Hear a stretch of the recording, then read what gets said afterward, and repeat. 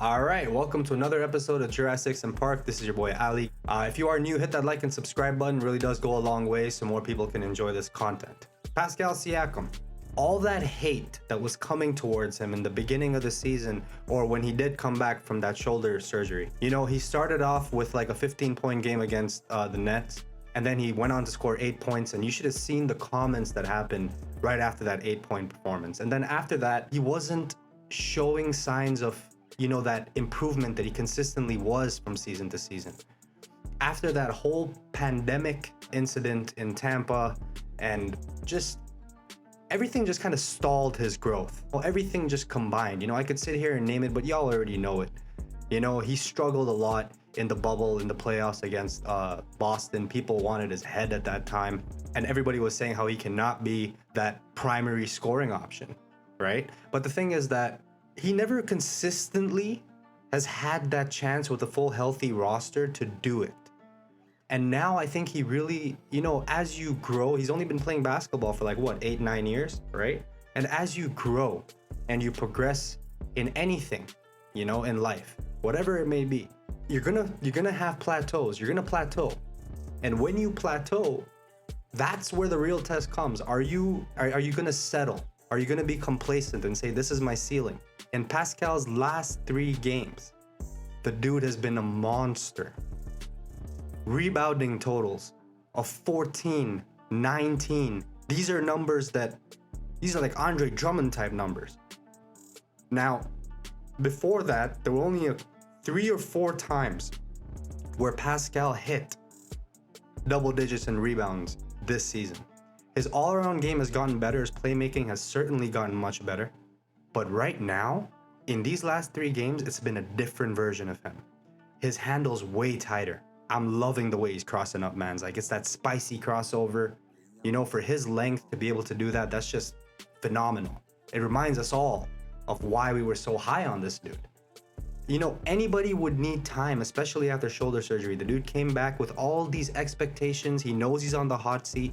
He knows everybody right now and is like wants his head on a stick. Like, people, like, you know, he's a young guy. He has a phone. These guys are all on Twitter, all on social media. They know what's being said about them, even though some of them do keep that discipline to be able to, like, you know, block out the noise, especially during the playoffs and whatnot. That's mandatory. I think that's something that's like not just an ability or a skill for someone to have during the season, but especially during the playoffs, like, that's mandatory, I think, right? So, you know, you want to block out the noise and you want to just focus on the game, right? And I'm sure a lot of the coaches advise the same thing to these guys, especially because of their age and because of the times that we're in technologically. But anyways, Siakam is just proving everybody wrong right now. I made a take on this, the Siakam slander, and why it's not warranted. And I did this some time ago, like right around the time when he came back. I feel like now the tone has changed a lot over the last 3 games. 3 games can make a big difference, right? And the thing is that these were not just, you know, fluke performances. First of all, it's very hard to call a performance a fluke in the NBA, especially in this day and age. There's just so much talent. There's just, everybody knows how to play. You know what I mean? And you gotta understand the game's bigger than it's ever been. We all gotta understand how much pressure there is on these players. Pascal has been handling the pressure of a number 1 scoring option from what he came from to what he is now. That's a lot of pressure. He's handled that admirably, in my opinion. You know what I mean? There have been bumps along the road, but when is it ever perfect? You know, KFC wasn't 60 until, you know, Colonel Fried Chicken, what's his name? Colonel Sanders. KFC wasn't a thing until he was 60. That's when he really popped off. Walt Disney, he was laughed at by so many people when he first came to give projects to them. He didn't stop, right? And even when people hit success, right? When people hit success in their lives, that doesn't mean that you just randomly, you know, when you hit a pitfall or when you hit an obstacle, that doesn't mean you just randomly give up. You know what I mean? And just hit the panic button, you know, and a lot of people hit the panic button on Spicy P, right? And we can't do that. The guy's young. The guy he's grown here. He likes Toronto. He's an all-star level talent when he's at his best. And right now it looks like he's progressing. He's like, I haven't shown improvement in a while. He probably understands that now. And now that he's feeling 100%, most likely he's feeling really good. That's why he's going crazy. And I think the best is yet to come for him this season. Some of y'all may think, great, man, he's going to up his trade value. But look at Demar right now. We used to say the same stuff about Demar. And look at him now. Back-to-back game winners, man.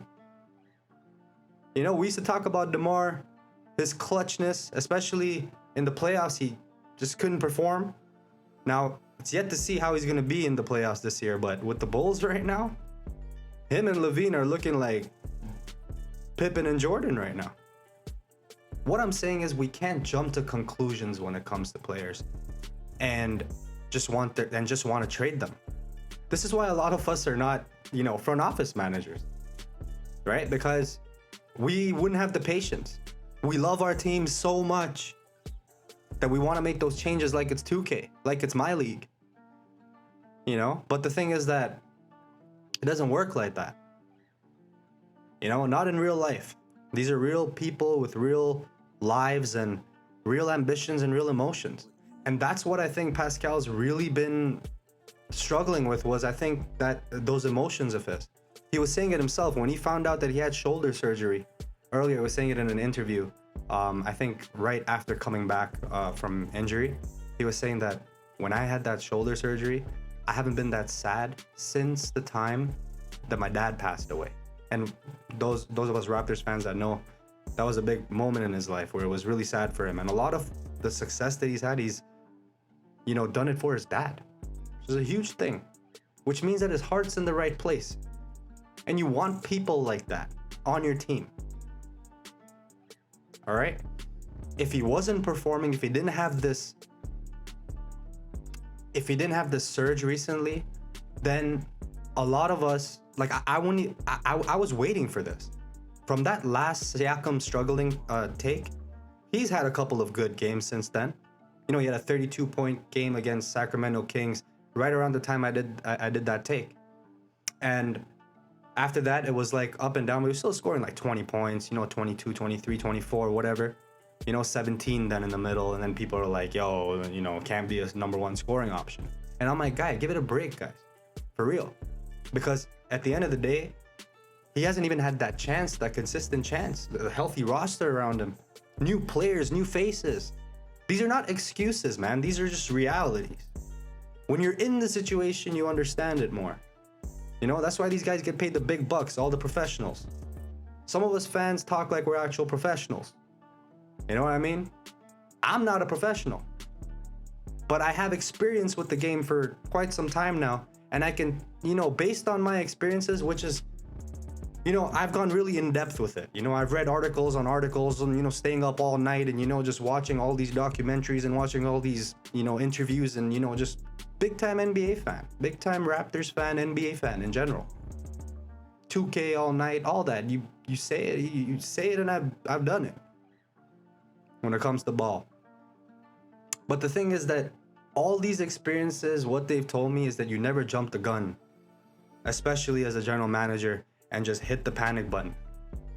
A lot of us right now, I'm sure we would love to have Debo back. Now, we got a chip out of it, and that's the only reason why we're not regretting that trade. So good job on that trade, Masai. I'm not saying nothing about it, but just let's use that as an example right now. That you don't just trade away someone who's improving at such a rate. DeMar DeRozan, improving at a very high rate when he was with Toronto. He became an all-star, right? And what was the narrative back then? Dude was never expected to be an all-star. Dude couldn't shoot into an ocean.